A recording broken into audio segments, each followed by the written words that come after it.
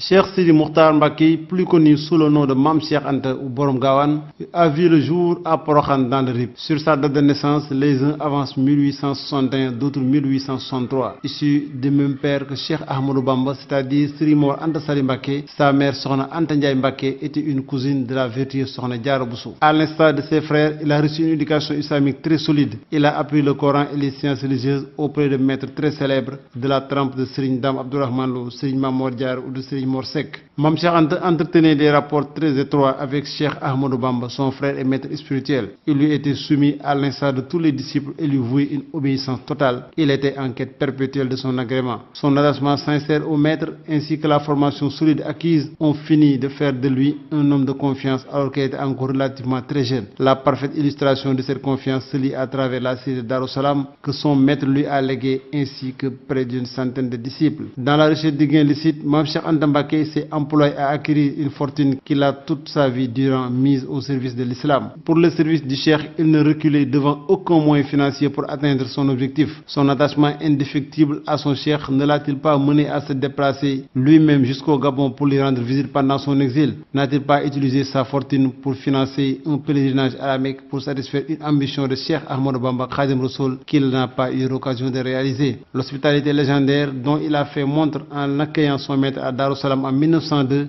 après près de 8 années d'exil au Gabon, est l'expression parfaite de son affection envers lui. Aujourd'hui, la famille de Mame Cheikh Anta commémore ce retour de Cheikh Ahmadou Bamba à son domicile de Darou Salam. Retour triomphal qui marque l'échec de la politique de l'administration coloniale qui, au conseil privé en 1895, avait pris la résolution de l'exiler jusqu'à ce que l'agitation causée par ses enseignements soit oubliée au Sénégal. Cette agitation est loin d'être oubliée car rien que pour l'hospitalité offerte à son arrivée à Darou Salam, Borom Gawane n'a pas lésiné sur les moyens, avec les disciples venus de partout converger vers leur maître. Il a été rappelé à Dieu en mai 1941 à Darou Salam où se trouve son mausolée, puisse Dieu augmenter ses lumières.